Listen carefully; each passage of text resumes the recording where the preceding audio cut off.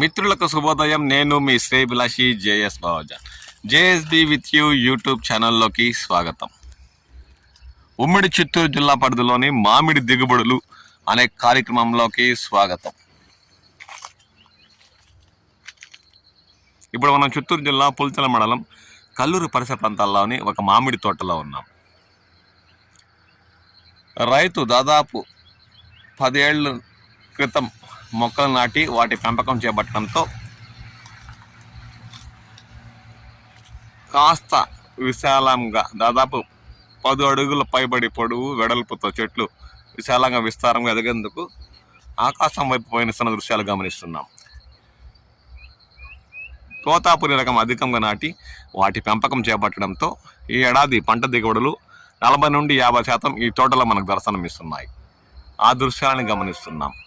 ఎటువంటి చీడ పురుగు మంగు ఆశించకుండా రైతు అంతగా శ్రద్ధ పెట్టకపోయినా కేజీకి 2 అంటే అరకిలో తూగే బరువు ఉండే కాయలు కూడా ఈ తోటలో మనకు దర్శనమిస్తున్నాయి.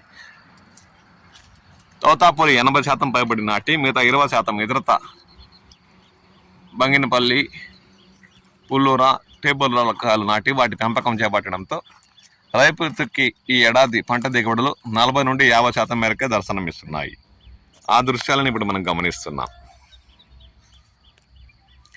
ఇప్పటికే తోతాపూరి పండిస్తున్న రైతులు ఏది ఏమైనా సరే పంట కోతలు చేపట్టి మండీలకో ర్యాంపులకో గుజ్జు పరిశ్రమలకు తరలిచేస్తే ఒక సమస్య తీరుతుందే అన్న దృక్పథంతో పుల్చా మండల పరిసర ప్రాంతాలని తోతాపూరి ఎక్కువగా పండిస్తున్న రైతులు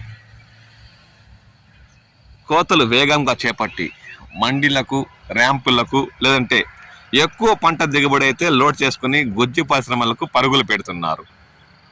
ఇప్పటికే చిత్తూరు జిల్లాలో మొత్తం మీద పూర్తిగా గుజ్జు పరిశ్రమలు తెరుచుకోలేదు. అయినా రైతులు ఏదో ఒక చోట మాట్లాడుకొని ఇప్పటికే గుజ్జు పరిశ్రమల వద్ద క్యూ కడుతున్న దృశ్యాలు గమనిస్తూనే ఉన్నాం.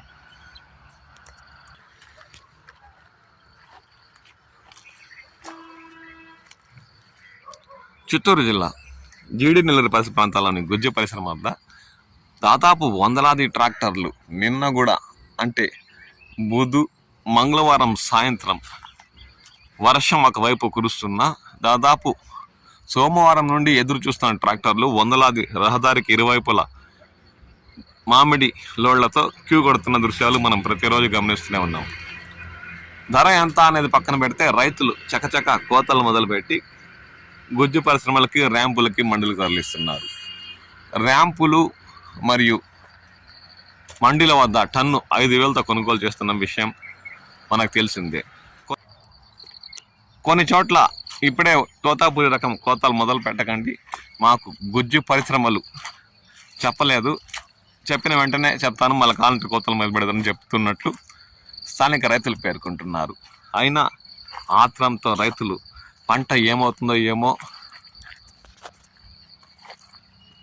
ఇంకా ధరలు ఏమైనా దిగి కిందకు వచ్చేస్తాయేమన్న ఆందోళనతో పరుగులు పెడుతూ వేగంగా కోతలు మొదలు పెడుతున్నారు పుల్చల మండలంలో. ఇప్పటికే తోతాపురి రకం 30% పైబడి కోతలు మొదలుపెట్టి గుజ్జు పరిశ్రమలకు మండీలకు ర్యాంపులకు తెలిసిన చోట తోలేస్తున్నారు. ధర విషయం పక్కన పెడితే ఎట్టో ఒక అట్ట మనకు పంట చెట్లలో నుండి కోతలు పూర్తి చేసేయాలి అనే దృక్పథం వాళ్ళలో ఉంది. రాష్ట్ర ప్రభుత్వం వేగంగా స్పందించితే తప్ప రైతులకు ఈ ఏడాది కూడా కూలి కూడా గిట్టుబాటు అవకాశం లేదని వారు పేర్కొంటున్నారు. చూడండి, ఎగుమతి కాయ ఇది కళ్ళకు కనువిందుగా దర్శనమిస్తున్న దృశ్యాలు గమనించవచ్చు. ఇలాంటి కాయ ఇతర రాష్ట్రాల ఎగుమతి కోసం టన్ను 15,000 పైబడి కొంటున్న విషయం మనకు తెలిసిందే. ఇలాంటి వాటికి ఇంకా 10-20 రోజులు ఉన్నా ఏం కాకూడదు అనుకోనుంటే రైతు కవర్లు కట్టి ఉంటే 25,000 పైబడి కొనుగోలు చేసే అవకాశం ఉందని కూడా చెప్పచ్చు. రాష్ట్ర ప్రభుత్వం సబ్సిడీ మీద కవరు రూపాయి తెచ్చిన విషయం తెలిసిందే. అయినా ఆ కవర్లు రైతులకు 1 టన్నుకు మాత్రమే సరిపోయాయని, ఏం మాత్రం ఒక 4-5 టన్నులు పండించే రైతు కూడా సరిపోలేదని వారు వాపోతున్నారు.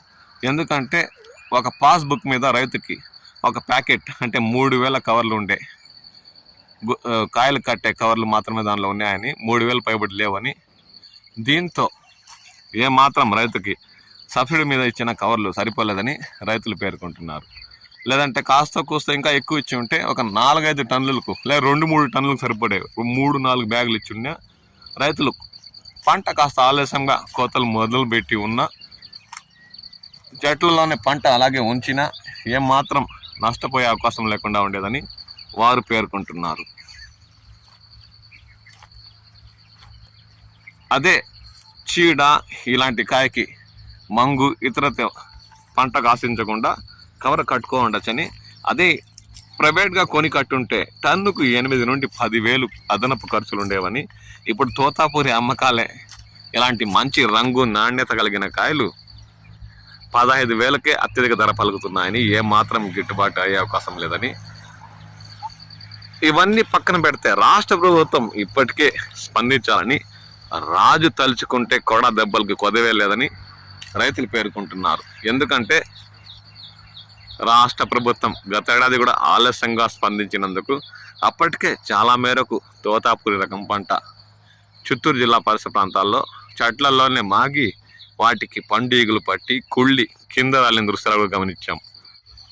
రాష్ట్ర ప్రభుత్వం ఆలస్యంగా స్పందించి టన్నుకు 4,000 సబ్సిడీ మరియు గొజ్జు పరిశ్రమలు తప్పనిసరిగా 8,000తో కొనుగోలు చేయాలని కలెక్టర్ల చేత ఆదేశాలు జారీ చేసిన విషయం తెలిసిందే.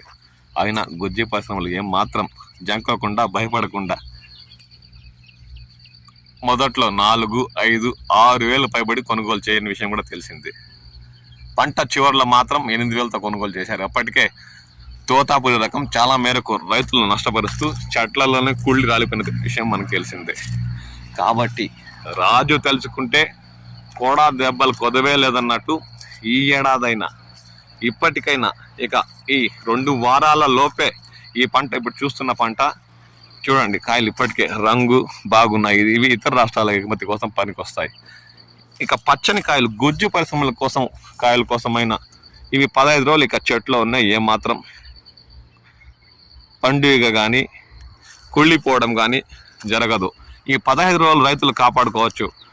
ఆ లోపు రాష్ట్ర ప్రభుత్వం ఈ 2 వారాలు, మొదటి 2వ వారం 6వ నెలలోపు ప్రత్యేకంగా స్పందించి రైతుల కోసం ముందుకొచ్చి ఉమ్మడి చిత్తూరు జిల్లా పరిధిలోని దాదాపు 30 నుండి 35 గొజ్జు పరిశ్రమల యాజమానులతో సంప్రదింపులు జరిపి సరైన ధరల కోసం వారికి సహాయపడితే తప్ప ఈ ఏడాది కూడా మామిడి రైతులు గట్టెక్కే పరిస్థితులు లేవని చెప్పచ్చు.